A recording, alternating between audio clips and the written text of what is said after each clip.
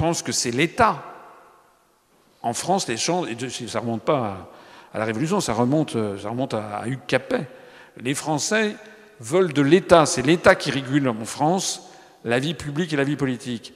Et on veut de force leur fourguer une France de nature fédérale. On veut en fait imiter l'Allemagne fédérale ou les États-Unis d'Amérique, alors que nous n'avons pas du tout eu la même histoire. On veut hétérogénéiser de force le peuple français qui ne demande qu'une chose, c'est d'être un peuple unitaire. C'est d'ailleurs là qu'il a eu les plus grands moments de gloire, que ce soit sous Louis XIV, ou que ce soit sous Napoléon, ou que ce soit en 1914-1918. Et puis, voilà qu'en 2016, François Hollande crée les régions XXL en réduisant le nombre à 13 en France métropolitaine sans demander l'avis des Français. Et en mettant vent debout les gens, parce que les Alsaciens estiment n'avoir aucun rapport avec les Champenois.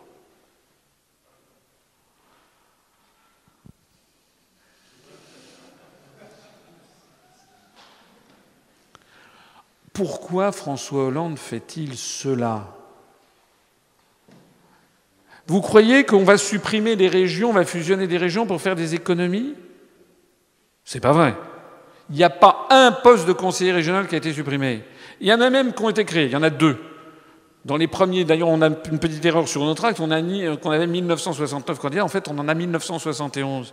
Parce que dans les premiers comptes qu'on avait faits, on s'était aperçu qu'il y avait 1969 conseillers régionaux. Et quand on a refait les comptes, on s'est aperçu, au moment du dépôt des listes, qu'il avait fallu 1971 parce qu'il y a eu 2 conseillers régionaux de plus qui ont été créés en région Rhône-Alpes-Auvergne, notamment du fait que Lyon est devenu maintenant une métropole. Il va donc y avoir le même nombre de conseillers régionaux, même un peu plus. Le même nombre de présidents.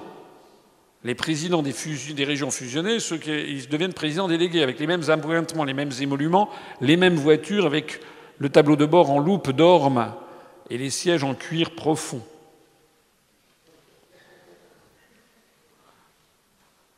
On dit que c'est la modernité, mais ça veut dire quoi, la modernité ? La Suisse a 26 cantons qui sont moitié moins peuplés que les départements français. La Suisse ne va pas supprimer des cantons qui remontent à 1214. La Suisse, je le rappelle, est le pays le plus riche d'Europe. Celui qui n'est ni dans l'Union européenne, ni dans l'euro, ni dans l'OTAN. Et les Suisses sont extrêmement jaloux, et ils ont raison, de leur histoire et de leur tradition. Parce qu'on est bien dans la vie que si on est à l'aise avec sa propre histoire. Je rappelle qu'au Royaume-Uni, il y a 67 counties qui remontent à Guillaume le Conquérant, début du XIIe siècle, fin du XIIe siècle, 1166, la conquête de l'Angleterre par Guillaume le Conquérant. Donc nous, on nous dit qu'il faut supprimer les départements. Tiens donc. Et pourquoi donc ? En fait, il semble que M. Hollande soit aussi libre de ses mouvements et de ses décisions que l'était Pétain. Alors, c'est pas tout. C'est que de même que M. Hollande charcute les régions, eh bien M. Hollande, comme Pétain à la demande de l'Allemagne, veut relancer le développement des langues régionales. Pas moi qui l'invente, hein. C'était il y a quelques semaines, charte des langues régionales, Hollande veut relancer la bataille. Hollande relance la ratification de la charte des langues régionales et minoritaires. Alors ça aussi, c'est un point fondamental qui m'amène, je suis désolé d'être un petit peu long, mais c'est absolument essentiel ce qui est en train de se passer.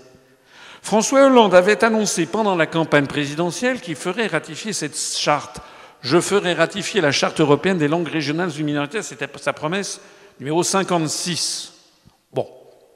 Il y avait provisoirement renoncé après son élection, mais il a relancé cette question pour les élections régionales de décembre 2015, il l'a fait au mois d'octobre. Son projet de ratification a été cependant bloqué par le Sénat le 27 octobre dernier, 27 octobre 2015, mais avec une opposition de droite qui a simplement évoqué une question préalable en disant qu'ils sont favorables au développement des langues régionales, mais que la charte ne leur plaît pas beaucoup. En d'autres termes, on ne sait pas jusqu'à quand cette opposition à la ratification de la charte va tenir.